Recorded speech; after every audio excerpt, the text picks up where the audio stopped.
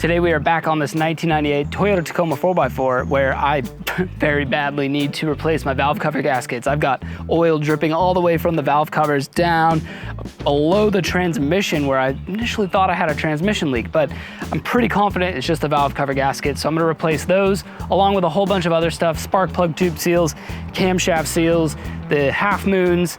There's a whole bunch of things I'm gonna take advantage of replacing while I'm underneath this motor here. So I'm gonna start by taking off the air intake. The whole intake side of the engine's gotta come out before we even get access to the valve covers. And I've got some good stuff, some little tips that I've learned that I'm gonna be utilizing on this job. So stick around and let's get after it. All right, so I'm gonna start with freaking masking tape and a Sharpie, and I'm gonna make sure that I label every connector, every hose. That way, if I take something off, I basically label both sides of the hose and where it went, or the connector on both ends, and I'll number everything and make sure that I put everything exactly back where it goes. That's gonna be very important for this job because we're taking a lot of components off of this thing, and I wanna make sure I put it back the same way that I took it off.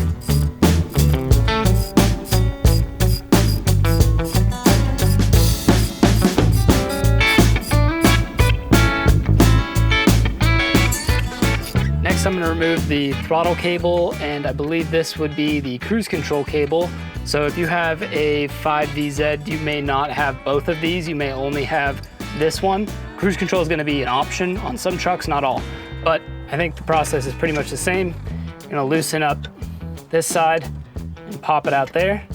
And then we should just be able to feed this around, and this little ball will hopefully come right out. After some finagling, I got the throttle cable side out.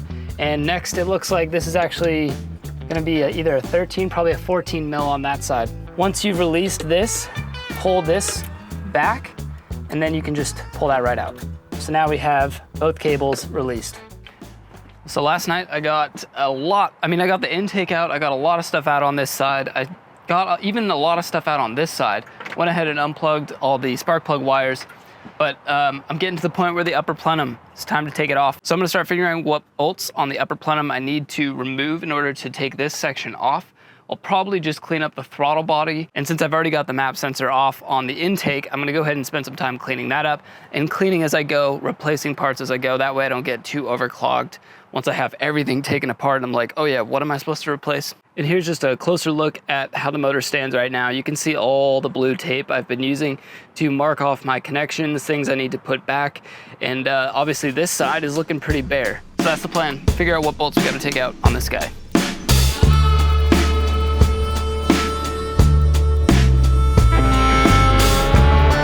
I think we're close to being able to pull this upper plenum off. There's actually 3 lines on the bottom of this upper plenum that I need to remove over on this side. Oh, and one more thing for the record, I am missing this guy, this nut that goes on the back side here. So almost just a mental note for me to try and sort out a new one before I go ahead and reinstall this. That way I have all my bolts.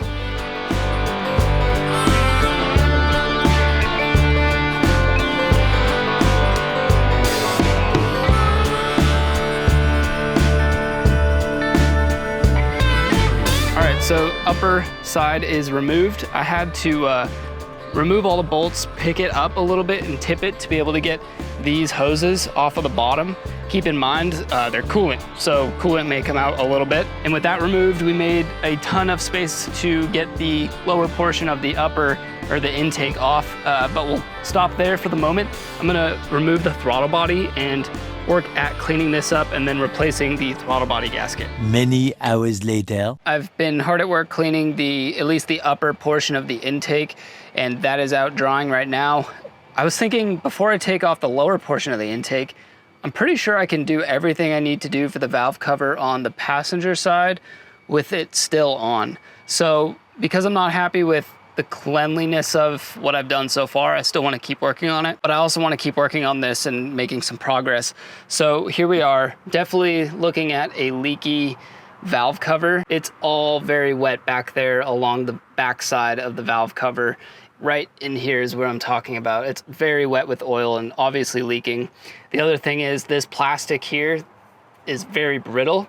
And what I think I'm gonna do is actually remove it, crack it all off, and I've bought some tape that I'm gonna use to replace, basically do the same thing, but won't be this hard plastic that is prone to falling in the motor while I have the valve covers off. So I'm gonna work on that, break this plastic apart, wrap it with the new heat resistant tape, and then we'll maybe even clean up this valve cover before I pull it off. That way no gunk falls in there.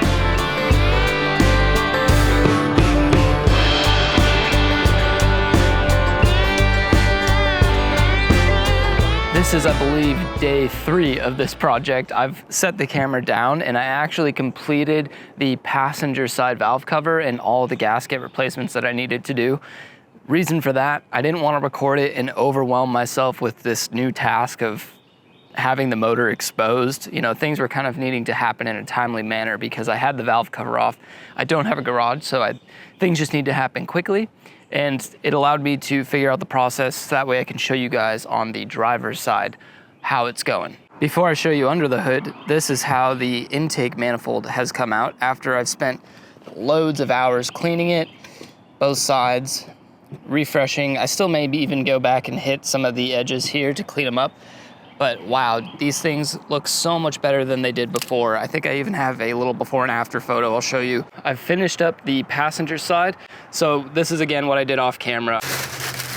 So here you can tell the motor is exposed on the top end. I've gone ahead and cleaned up the entire mating surface where the valve cover is going to sit. Kind of hard to show you on camera, but that piece that I'm focused on with the 2 bolts sticking up, I had to remove that on both valve covers, and underneath it or behind it is the cam plug, which I replaced. And this little divot right here, this little semicircle, is where the new half moons are gonna go. So I bought new Toyota half moons to put in there. There's one on the back end. It's gonna be really hard to show you, but I have to put those back in and get this valve cover on the driver's side ready to go back in. And for anyone who has this same motor, and if the plastic shroud on your wiring harness is the same as mine was, where it was very brittle, very common on these older trucks because the heat of the motor just makes that plastic super brittle.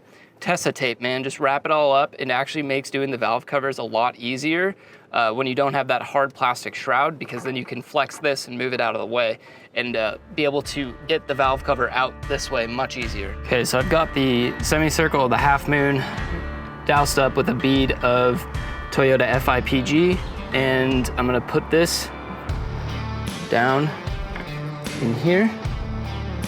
Okay, half moon is in. Here's a look at the driver's side valve cover after I've gone through, cleaned everything up. Surface-wise, we've got the new gasket in here.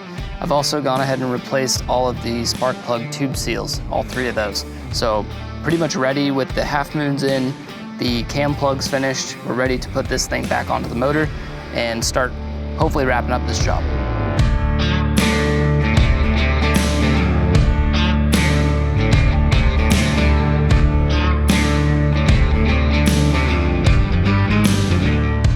So now we have driver's side and passenger side valve covers on with new, not new bolts, but I cleaned up the bolts themselves, and I've put new crush washers underneath them. So everything is torqued down to 53 inch pounds on the valve covers. Just did that in a crisscross pattern like you would anything else with a seal. And I'm going now to like put the upper plenum back on the intake, and I'm like, oh crap. I don't remember for sure if I torqued down the 2 bolts that hold the cam plug in, but there's no good reason I wouldn't have done it. There's absolutely not. So I'm gonna go out on a limb here and say that I torqued them down. And otherwise I would have to remove this valve cover, take it back off, double check it, make sure they're torqued, and then put this all back on. But I'm just gonna go out on a limb here and say that I torqued them down. I'm pretty confident. Famous last words.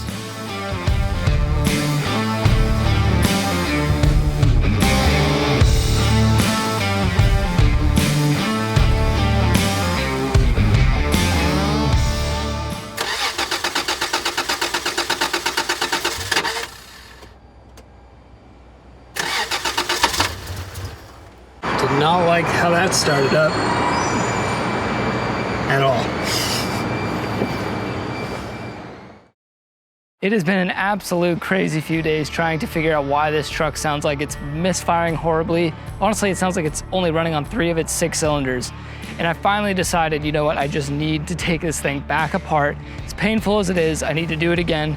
So I got as far as taking the air intake off, and I started thinking about the wiring that goes into the coil packs. And I was like, okay, maybe pull some spark plugs, see what's going on there. But I was looking at the wiring from the engine harness into the coil packs and realized I might have easily just swapped these. So I decided to take those two, swap them the correct way, or hopefully the correct way, put it all back together, start the truck. What do you know?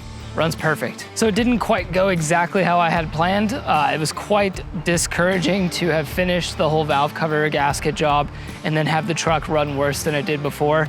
But now that I know it was just a simple error of plugging something in incorrectly, that makes me a bit more comfortable to know that I actually did the valve cover job right. It's just that one little thing that I screwed up on. And it's funny is because I even taped everything and numbered it, but by the time I was done, all the Sharpie was kind of rubbed off of all the tape, so it's the way she goes. The Tacoma is running like a top now, and I'm excited to get started on the Prelude. Now that I have a car that is super reliable, once again, I have time to put the Prelude down and out of commission for a bit. So look forward to that. Thank you so much for watching, guys. I will see you in the next one. Adios. Bye-bye.